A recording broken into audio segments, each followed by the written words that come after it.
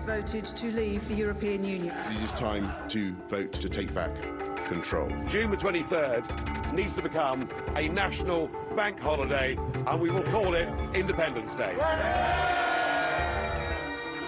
I think it's a fantastic thing.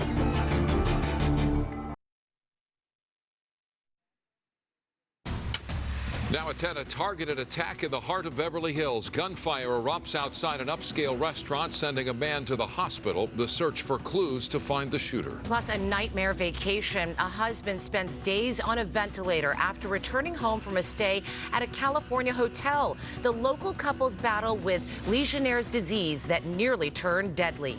And a hot weather warning. Californians urged to conserve energy to protect the state's power grid and prevent outages. Now on the news at 10.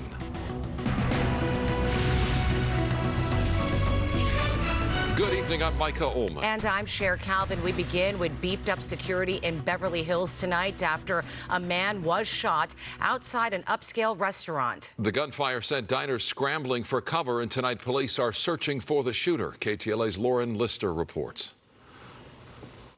Well, the moment I heard the first shot, I was like, this person could come in here and just take us all out. A witness recounting terrifying moments when gunshots erupted as he was dining at this upscale restaurant in the heart of Beverly Hills.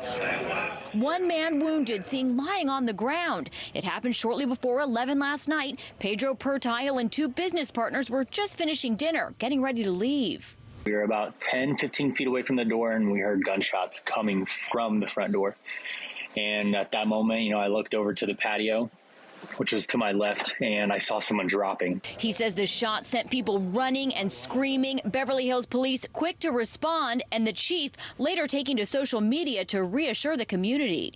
Although the motive for this crime is unknown, we do not believe this is a random act, and there is no active threat to the Beverly Hills community. In the aftermath across the street on Cannon, a bank window shattered. Authorities seen collecting a bullet casing, and people who live or visit Beverly Hills reacting. It's shocking, right? I mean, at the end of the day, it's bizarre, but I guess it happens once in a while. What I've seen over the last 2.5 years is not good. We are actually considering selling our house here. I don't like to be in Beverly Hills these days. Even this Detroit Pistons player, Isaiah Livers, who just arrived to town staying nearby, heard about it. It caught me by surprise because I heard nothing but nice stuff about Beverly Hills. After last night's violence, this witness grateful it wasn't worse. We're super thankful that no one else was hurt, but still the fact that one person got shot. And the nicest part, I would say, of Los Angeles is a scary thing. Lauren Lister, KTLA 5 News. One person is dead and two others are wounded after a shooting in Wilmington. Sky 5 was over the scene after gunfire erupted in two different locations. Police first responded to a shooting along the 800 block of North Lagoon Avenue near Anaheim Street at about 2 o'clock this afternoon. Responding officers say two women in their 30s were struck. A short time later, they got a second call of another shooting victim nearby. A woman said her son had been shot in the foot. It's not clear which of the victims died. Police say they are now searching for two men who drove away from the scene in a silver Hyundai sedan with paper plates. A third suspect has been charged in connection with the shooting death of off-duty Monterey Park police officer Gardiel Solorio. 18-year-old Gerardo Magallanes of San Pedro is facing one count of murder. Officers took him into custody last week, 3 days after the deadly shooting. Solorio was in his car in the parking lot of an LA Fitness gym in Downey when he was gunned down during an attempted robbery earlier this month. One other man is also facing charges, as is a 17-year-old boy accused of being a getaway driver. In Santa Ana, a suspect is in custody tonight in connection with a deadly drive-by shooting. It happened yesterday afternoon on North Spurgeon Street off West 17th.